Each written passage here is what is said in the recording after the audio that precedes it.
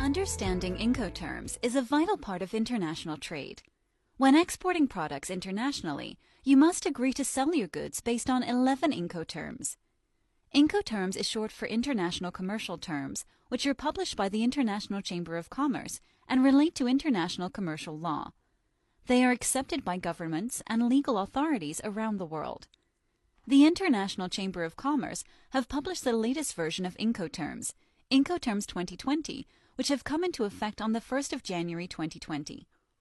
Put simply, Incoterms are the selling terms that the buyer and seller of goods both agree to for the international sale and supply of goods.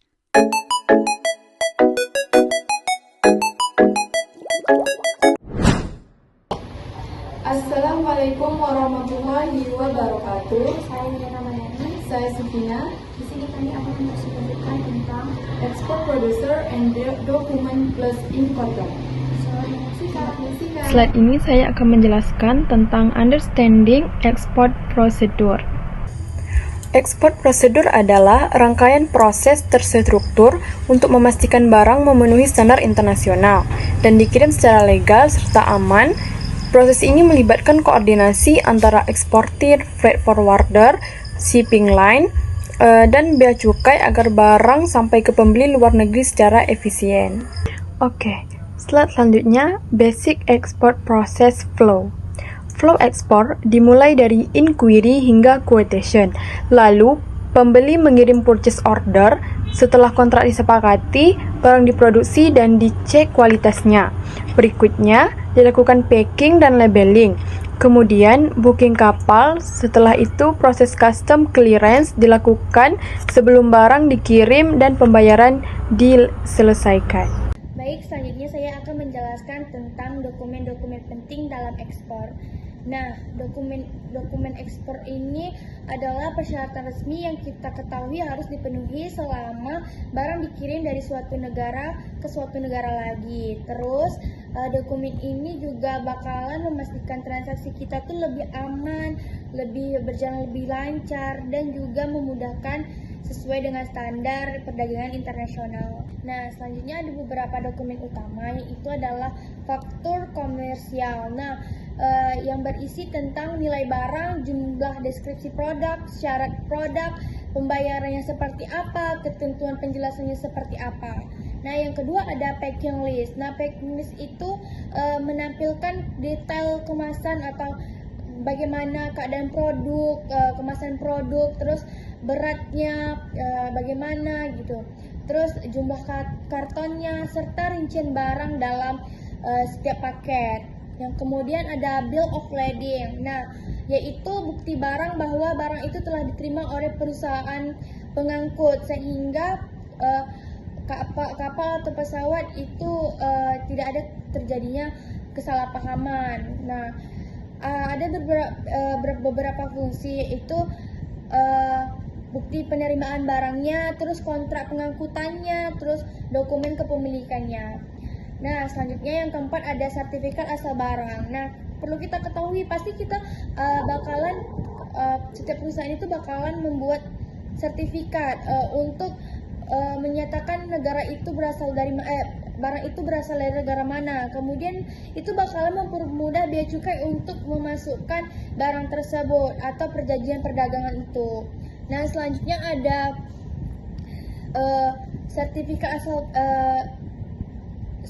asuransi. Nah, bahwa yang kita ketahui itu pasti kita ada asuransi sertifikat itu dalam perusahaan. Bagaimana kalau misalnya ada kesalahan teknis atau kesalahan pengiriman barang, pasti kita bakalan ada asuransinya. Atau misalkan barang tersebut kontainer itu terbakar, nah pasti kita bakalan ada asuransinya, tidak selama pengangkutan itu. Nah, kemudian ada yang terakhir ada sales kontrak. Nah, dokumen ini itu berisi tentang kesepakatan antara penjual satu dengan pembeli mengenai harganya, jumlah, jadwal pengirimannya kapan, dan syarat pembayarannya bagaimana. Nah, selanjutnya ada pengantar Incoterms. Nah, Incoterms atau Incoterms ini itu adalah aturan internasional yang mengatur tanggung jawab, biaya, dan resiko antara penjual dan pembeli dalam proses pengiriman barang.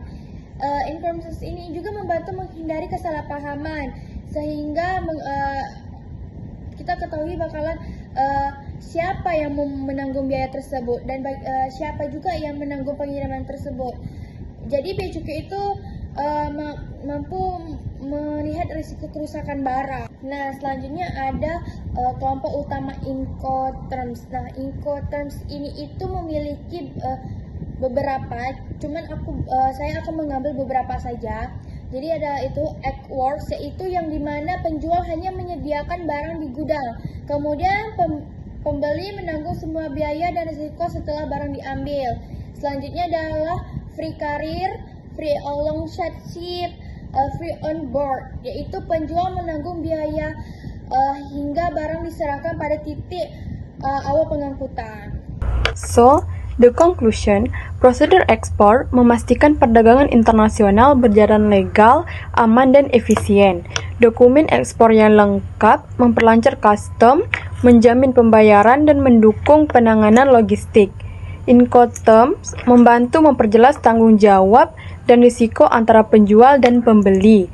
Dengan dokumentasi yang tepat dan pemilihan Incoterm yang sesuai, proses ekspor menjadi lebih lancar dan terpercaya. Terima kasih telah menyaksikan. Semoga apa yang kami sampaikan bisa bermanfaat dan bisa dipelajari. See you. One is the loneliest number that you'll ever do. Two can be as bad as one. It's the loneliest number since